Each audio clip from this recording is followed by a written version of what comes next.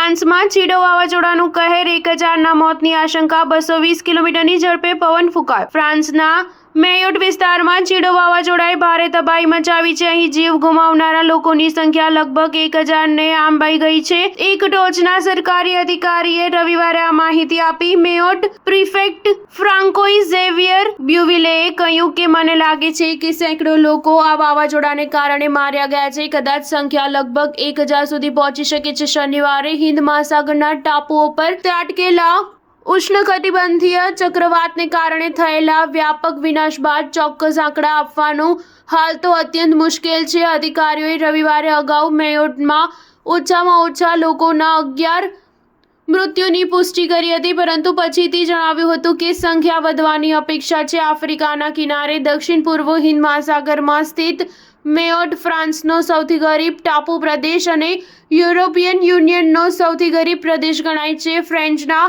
હવામાન વિભાગના જણાવ્યા અનુસાર ચીડોને કારણે 220 કિલોમીટર પ્રતિ કલાકથી વધુની ઝડપે પવન ફૂંકાયો હતો, જેના કારણે મેયોટમાં અનેક મકાનોને નુકસાન થયું હતું. આફ્રિકાના પૂર્વ કિનારે લગભગ 800 કિલોમીટર દૂર આવેલા 2 મુખ્ય ટાપુઓમાં ફસાયેલા મેયોટની વસ્તી 3 લાખથી વધુ લોકોની છે. કેટલાક સ્થળોએ સમગ્ર વિસ્તાર નાશ પામ્યો હતો. સ્થાનિક રહેવાસીઓના અહેવાલ આપ્યો હતો કે ઘણા વૃક્ષો ઉખડી ગયા હતા અને હોડીઓ પલટી કે ડૂબી ગઈ હતી. સ્ટાર ન્યૂઝ 7 હંમેશા સચ્ચાઈની સાથે.